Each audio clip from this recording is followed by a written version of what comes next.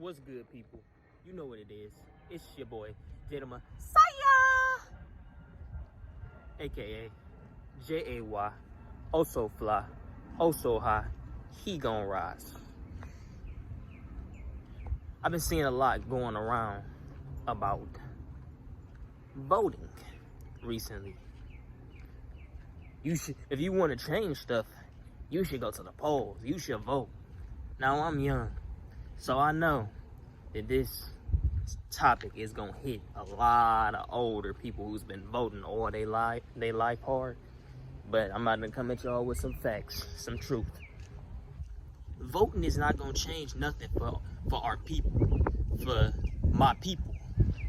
And when I say my people, I'm talking about all the African Americans out there, all the people that's living in poverty and that's oppressed. Voting is not gonna change nothing. List the last time voting has impacted anything major for us. You have to understand the way these people in the way the higher ups look at us, they look at us like insects, bro. We have no say. We have no say in anything. Y'all keep telling niggas to go and vote. That's not doing nothing. If we really want to have a change in if we really want to have a change in how people look at us and how we operate, we have to start our own stuff. We have to start our own governments. We have to start our own schools. We have to start our own businesses. We have to start our own police force. We have to start our own stuff and stop begging other ethnicities to help us. We have to stop it. We have to stop with the Stockholm syndrome, bro. Because that's what it is. It's like we low-key respect our oppressors. But let's get into this a little bit. Now, a lot of people, not a lot of y'all, but a lot of people in general, they don't understand that a lot of these people in politics are actors. They're actors. They're playing a role. Just like in the last video I said, a lot of these celebrities, they actors. They go out here, they get told what to do.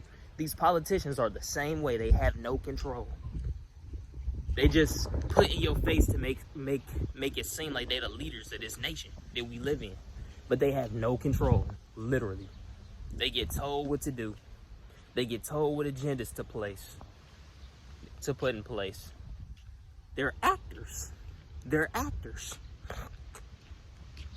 The president he's an actor. He's a puppet. He's literally a puppet for everything, to keep you distracted from what's really going on, to ask the real questions. Why do you think that nigga always on Twitter saying some nonsense? They're telling him to say that. They want you to get emotional. They want you to get mad. They want you to get in your feelings, so you make rash decisions like go out and loot and riot. So it can keep you online arguing with his supporters, who a lot of are agents. They're placed there by design. Come on now. But when you look at voting, just look at the way voting is set up. Tell me how somebody can have the mass majority of votes in America and still lose because of electoral college rules. How does that make sense? More people vote for one president, for one law, but because your state wasn't big enough and more people in your state voted and you got a smaller state, and states are worth certain increments, that person lost. Though more people voted for that person or that law or that bill to get passed. That makes no sense. That makes no sense. A lot of these presidents and laws is already decided years in advance. You can see the predictive programming of a lot of shit that go on in a lot of these shows and these TV shows and movies you watch. The Simpsons has a lot of predictive programming. If you think about it, The Purge, predictive programming. What do you see happening right now? People looting and rioting with masks on. You gonna tell me that don't look like a purge? It's not too far off from people starting to kill each other. And it probably is a lot of people killing each other right now that we just not seeing. We just not getting those numbers. They not gonna give you those numbers. But voting is not going to do nothing. It never has, and it never will. You going and signing a piece of paper, you, who they look is so insignificant,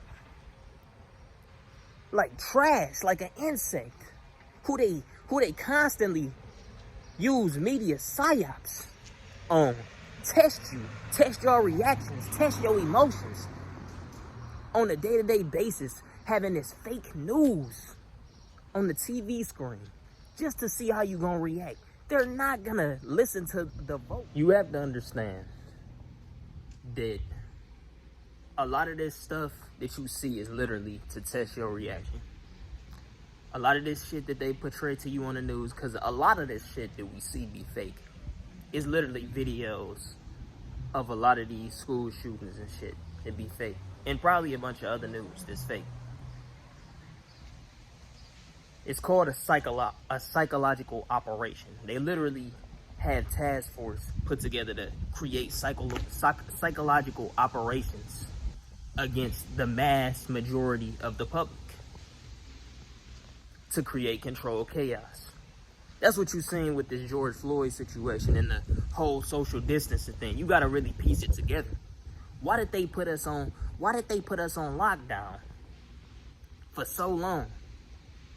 And then pop this off, and now everybody protesting and Corvette is just randomly gone. They not talking about it like that no more. Shouldn't the numbers be skyrocketing since everybody is together protesting? You have to think, bro. We have to think. Then you got these people, I'm gonna tell you what's wrong with the protesters and why we going about this all wrong. Every time we protest, we always preaching for equality. The world is not equal. Nobody is equal in this world. I hope y'all need to understand that. That's one thing that should have been realized a long time ago. Nobody is equal at all. Yeah, we all deserve to live. We all deserve natural human rights, God-given rights, but we're not equal by a long shot. What we should be preaching for is freedom. Freedom more so than equality, because it's not the same thing. It's not the same thing at all. Now the problem, I'm gonna have to get into the problem with these looters and these rioters. Now, if you wanna, I don't have no problem with people that want to do what they do. If you doing something that you know is bad, or even if you don't know that it's bad, but if you doing something that's in anything you do, my whole thing with people is anything you do, accept the consequences, bro. Accept the consequences, whether it's good or bad, and know that you have consequences that come with it. Now, with that being said, let's get into how I feel about these rioters and these looters and these protesters. Now, I do feel like it's time to definitely fight back, but not in the way they're doing. Fighting back would literally be starting our own businesses up and keeping our money in our community. We don't understand how much that would hurt them if we kept our own money in our own communities, bro. That would do big damage to them, bro. Because we are the majority of buyers. We buy the most stuff. We keeping money in their pockets. We need to build our own stuff up, strategize before we go into war, before we riot. And y'all rioting and burning your own shit. Y'all burning black people businesses down. And even if y'all not burning your own shit, y'all burning people's shit who are trying to provide for their families, bruh. Who are working class citizens just like y'all. The few people that have jobs left, y'all burning them bitches down, bruh.